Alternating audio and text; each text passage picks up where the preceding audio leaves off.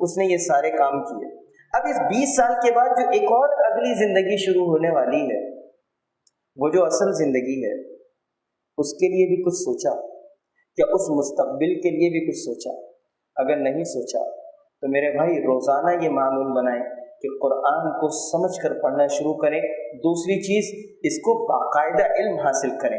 آپ کی جتنی بھی عمر ہے قرآن کا علم حاصل کریں، عالم دین بنیں، اپنے بچوں کو حفاظ بنائیں، جتنی بھی عمر ہے قرآن کا علم حاصل کریں اور اساتذہ کے پاس جا کر قرآن کا علم حاصل کریں۔ اور اللہ نے کیا کہا؟ اللہ نے اپنے رحم کو قرآن کے ساتھ جوڑا ہے۔ الرحمن، جب ہمارا رحم جس نے تمام حدوں کو توڑ دیا، پار کر لیا، تو پھر اللہ نے کیا کیا؟ علم القرآن۔ اور سورۃ الرحمن میں بار بار اللہ رب العالمین اس چیز کا تذکرہ کر رہا ہے کہ فَبِأَيِّ آلَاءِ رَبِّكُمَا تُكَذِّبَانِ، تم اللہ کی کن کن نعمتوں کو جھٹلاؤ۔ یہ نعمت ہے اللہ کی، یہ اللہ کی نعمت ہے، اس نعمت کا شکر ادا کر۔ اس کے بعد سورۃ الواقعہ کی تلاوت ہوئی، اور سورۃ الواقعہ کی تلاوت میں 3 گروہ کا تذکرہ ہوا۔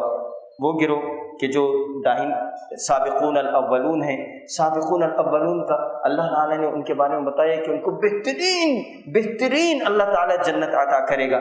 سابقون الاولون وہ کہ جو بہت زبردست، جو سب سے پہلے اولین وہ لوگ جو ایمان لے کر آئے۔ پھر دوسرا گروہ جو داہنی ہاتھ والا تھا، یہ مومنین ہیں، اللہ تعالیٰ ان کو بھی جنت کے اندر داخل کرے گا۔ اور صرف میں ایک بات بتاؤں کہ حدیث میں آتا ہے کہ جنت کے اندر جو ایک درخت ہوگا، اس ایک درخت کے نیچے ایک اچھی نسل کا گھوڑا 100 سال تک بھی چلتا رہے گا تو اس درخت کا سایہ ختم نہیں ہوگا۔ یہ صرف ایک جنت کا ایک درخت کی بات ہے۔ اور پھر دائیں ہاتھ والے لوگ ہوں گے، ان دائیں ہاتھ والوں کا جو کھانا ہوگا وہ زقوم کا درخت ہوگا، پیپ ہوگی۔ اس کا تذکرہ بڑی تفصیل سے سورۃ الواقعہ کے اندر بیان ہوا، اور اس کے بعد سورۃ الحدید کی تلاوت ہوئی۔ اور سورۃ الحدید کی تلاوت میں جو اہم موضوعات آئے، میں 2-3 موضوعات کے اوپر بات کروں گا۔ ایک تو یہ کہ تھوڑا سا 4-5 منٹ انشاءاللہ لگیں گے، امید یہ ہے کہ ہم یہ بات ختم ہوگی کہ تم اللہ پر ایمان کیوں نہیں لاتے، حالانکہ خود رسول تمہیں اپنے رب پر ایمان لانے کی دعوت دے رہا ہے۔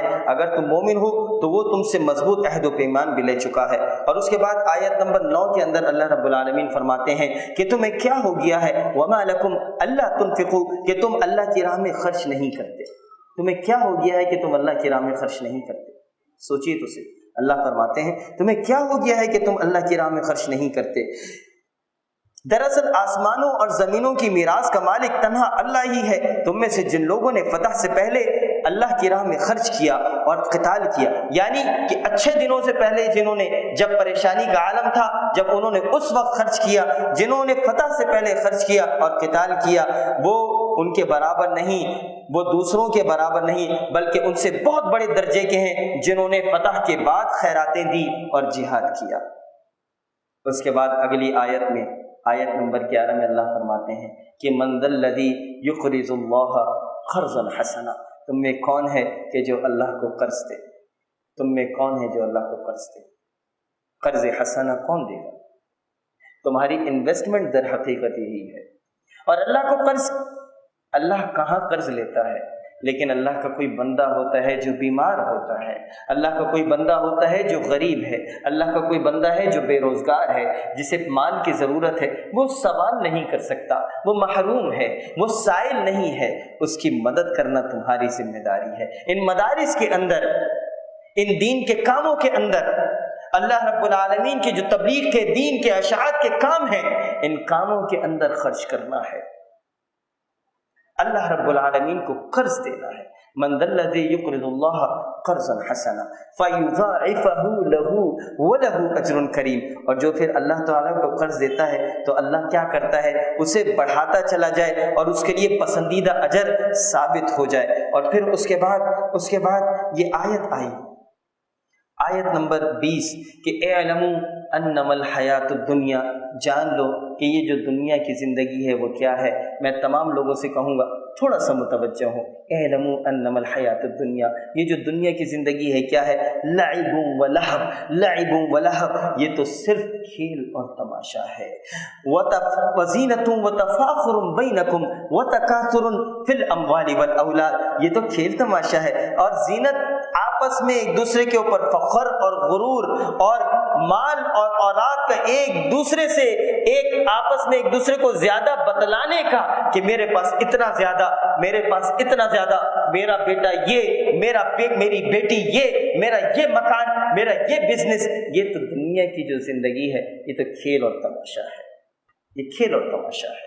اللہ فرماتے ہیں کہ آپس میں فخر، غرور اور مال اور اولاد میں ایک دوسرے سے اپنے آپ کو زیادہ بتلانا، جیسے بارش اور اس کی پیداوار کسانوں کو اچھی معلوم ہوتی ہے، پھر جب وہ خشک ہو جاتی ہے تو زرد رنگ میں اس کو تم دیکھتے ہو، پھر وہ بالکل چورا چورا ہو جاتی ہے اور آخرت میں سخت عذاب ہے اور اللہ کی مغفرت اور رضامندی ہے، اور دنیا کی ان لوگوں کے لیے رضامندی ہے کہ جو دنیا کی زندگی کے اندر اپنے آپ کو بچا کے رکھتے ہیں۔ اللہ فرماتے ہیں وَمَا الْحَيَاةُ الدُّنْيَا إِلَّا مَتَاعُ الْغُرُورِ، در حقیقت دنیا کی زندگی تو صرف دھوکے کے سامان کے علاوہ اور کچھ بھی نہیں۔ اور اللہ آگے فرماتے ہیں سابقوا الی مغفرۃ من ربکم، دوڑو اپنے رب کی مغفرت کی طرف، دوڑو اپنے رب کی مغفرت کی طرف۔ یہ رمضان کا مہینہ چند ساعتیں ہیں، چند دن ہیں، کہیں ایسا نہ ہو کہ یہ مغفرت کی راتیں ختم ہو جائیں، یہ مغفرت کا دروازہ بند ہو جائے، کہیں ایسا نہ ہو۔ دوڑو اپنے رب کی مغفرت کی طرف۔ اور ہمارے جو ساتھی معتکفین ہیں، یہ تو ساتھی ایسی استغفار کرنے کا موقع ملا ہے کہ پوری کی پوری بستی کے اوپر ان کی استغفار جو ہے وہ بھاری ہوگی۔ میرے بھائی، ہم سب کے پاس آج یہ موقع ہے، آج یہ موقع ہے کہ اس موقع سے فائدہ اٹھائیں۔ اللہ فرماتا ہے دوڑو دوڑو اللہ کی مغفرت کی طرف اور اس جنت کی طرف کہ کعرض السماء والارض، جس کا جو عرض ہوگا وہ آسمانوں اور زمین کے برابر ہوگا، اس کی وسعت آسمانوں اور زمین کے برابر ہے۔ یہ ان کے لیے بنائی گئی ہے، یہ کن کے لیے بنائی گئی ہے؟ جو اللہ پر اور اس کے رسولوں کے اوپر ایمان لے کر آئے۔ ذالک فضل اللہ یؤتیہ من یشاء، یہ اللہ کا فضل ہے، جسے چاہے یہ اللہ کا فضل دیتا ہے، اللہ کا فضل ہے اور اللہ تو ہے ہی بڑا فضل والا۔ یہ سورۃ الحدید تھی۔ اقول قولی ھذا استغفر اللہ لی ولکم ولسائر المسلمین والحمد للہ رب العالمین۔ جزاکم اللہ خیرا۔